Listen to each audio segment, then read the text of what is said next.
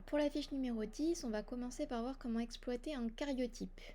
Pour ça, on va voir ce que c'est un caryotype, voir comment à partir de ça on peut déterminer l'espèce en question, le sexe de l'individu, et enfin voir s'il y a des anomalies chromosomiques ou non.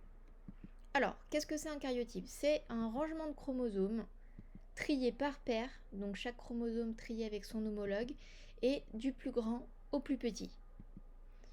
Si on veut reconnaître l'espèce, on va regarder des caryotypes et on va compter le nombre de paires de chromosomes. Attention à bien faire la différence entre chromosomes et paires de chromosomes. Là, ce qui nous intéresse, c'est les paires. Donc si je mets deux caryotypes, celui d'un Malos, donc un Pokémon inventé, et celui de son dresseur Sacha, donc celui d'un humain classique. Je regarde le nombre de paires.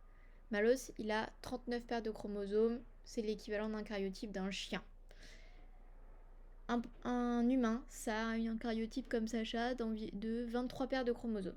Voilà, donc vous, ce que vous devez retenir en troisième, c'est qu'un humain, ça a 23 paires de chromosomes, ou 46 chromosomes. Mais il faut bien faire la différence entre les deux. Maintenant, si on veut connaître le sexe, on va comparer les chromosomes de la dernière paire. Donc chez les humains, la 23e paire. On appelle ça la paire de chromosomes sexuels.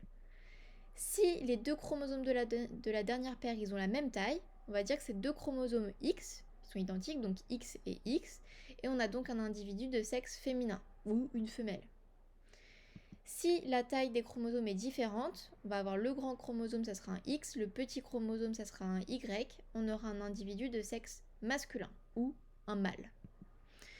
Là, je regarde Malos et Sacha, les dernières paires. Donc Malos, on voit que sa dernière paire, 39, là, c'est deux chromosomes de la même taille, donc on va avoir un Malos XX, un Malos femelle. Pour Sacha, on sait que c'est un garçon, mais du coup on peut voir, la 23e paire, il y a chromosomes de deux tailles différentes. Le grand c'est le X, le petit c'est le Y. On est bien chez un individu masculin. Voilà. Maintenant on peut aussi repérer les anomalies grâce à un caryotype. Donc on va vérifier si dans chaque paire de chromosomes, une fois qu'on les a rangés, est-ce qu'il y a bien deux chromosomes à chaque fois. Sinon, c'est une anomalie. Il y a des anomalies plus communes que d'autres. Une qui est très connue, c'est s'il y a 3 chromosomes au lieu de 2, on appelle ça la trisomie. Et s'il y a un seul chromosome au lieu de 2, c'est la monosomie. Mais il peut y avoir d'autres sortes. Là, je vous ai mis deux types d'anomalies chez les humains. Donc si on regarde le premier caryotype, on appelle ça le syndrome de Down, vous regardez s'il y a bien deux paires à chaque fois et on voit qu'au niveau de la paire 21, il y a un souci. Pareil, syndrome de Turner, c'est au niveau de la paire 23. Je vous les entoure. Voilà.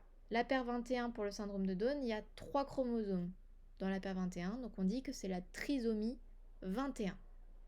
Syndrome de Turner, il n'y a qu'un seul chromosome X dans la paire de chromosomes sexuels numéro 23, donc c'est une monosomie 23.